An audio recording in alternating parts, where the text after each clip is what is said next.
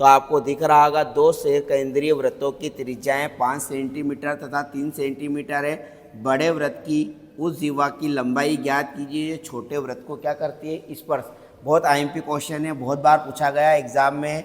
इसके पहले आपको इसका डायग्राम बनाना पड़ेगा। तो आपको देखो क्या दे रखा है, एक छोटा वृत्त है, वो बोल रहा 2 सकेंद्रीय वृत्त। सकेंद्रीय वृत्त मतलब कि 2 वृत्त ऐसे हैं जिनका केंद्र क्या है, एक ही है। तो ये मैंने छोटा वृत्त बना दिया और एक मैं इसके ऊपर क्या बना देता हूँ, बड़ा वृत्त बना देता हूँ। इन दोनों का सेंटर क्या है, एक ही है, केंद्र एक ही है। तो बोल रहा 2 सकेंद्रीय वृत्तों की त्रिज्याएं 5 सेंटीमीटर और 3 सेंटीमीटर है। तो ऑब्वियसली छोटे वृत्त की त्रिज्या कितनी हो जाएगी, 3 सेंटीमीटर। तो ये मैंने बना दी 3 सेंटीमीटर। और बड़े वृत्त की त्रिज्या कितनी है, 5। तो ये बाहर आके आ जाएगा, 5 हो जाएगा, ये 5, ये टोटल 5 हो गया। अब ये बोल रहा बड़े वृत्त की उस जीवा की लंबाई ज्ञात कीजिए। बड़े वृत्त की जीवा की लंबाई ज्ञात करनी जो छोटे वृत्त को क्या करती है, स्पर्श। यहाँ से मान लेता हूँ मैं एक बिंदु ले रहा हूँ ये, और ये स्पर्श रेखा बन गई छोटे वृत्त के लिए। और बड़े वृत्त की क्या बन जाएगी, जीवा। इसको मान लेता हूँ ए, और इसको मान लेता हूँ मैं बी, और इसको मान लेता हूँ ओ। और मैं यहाँ से यहाँ तक इसको क्या कर देता हूँ, मिला देता हूँ। तो सेंटर से केंद्र पर डाले गए लंब क्या कर देता है, जीवा को 2 बराबर भाग में क्या कर देता है, विभाजित कर देता है।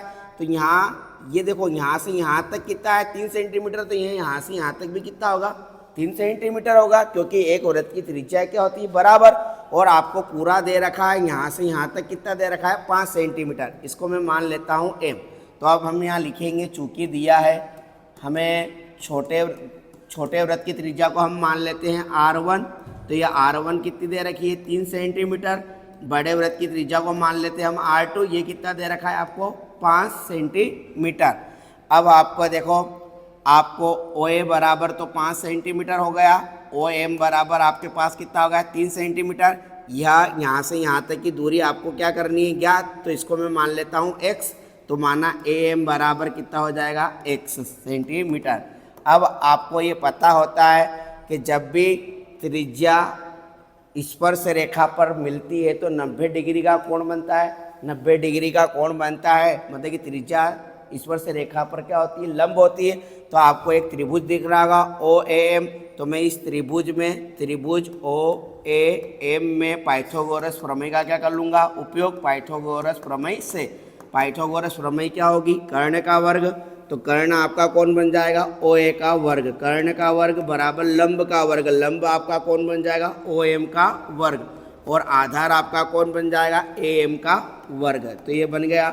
अब OA आपकी वैल्यू कितनी है, OA की वैल्यू आपके पास 5 सेंटीमीटर है, तो 5 का वर्ग। OM आपका कितना है, 3, तो ये 3 का वर्ग। AM आपका कितना है, अपन ने x माना था, तो x का वर्ग। अब हम यहाँ देखते हैं कि 5 का वर्ग करेंगे तो कितना हो जाएगा, 25। 5 का वर्ग आपका 25 हो गया। 3 का वर्ग आपका कितना हो गया, 9। और x का वर्ग ऐसा कैसा, 25 भी उसकी जगह पर है, 9 इधर आएगा तो क्या हो जाएगा, माइनस का। बराबर में कौन है आपका, x स्क्वायर। 25 में से 9 जाएगा, कितना बचेगा, 16। 16 किसका स्क्वायर होता है, 4 का। किसका स्क्वायर होता है, 4 का। तो वर्ग से वर्ग क्या हो जाएगा, कैंसिल।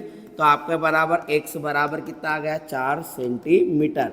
अब यह 4 सेंटीमीटर कहाँ से कहाँ तक की दूरी है, यहाँ से यहाँ तक की।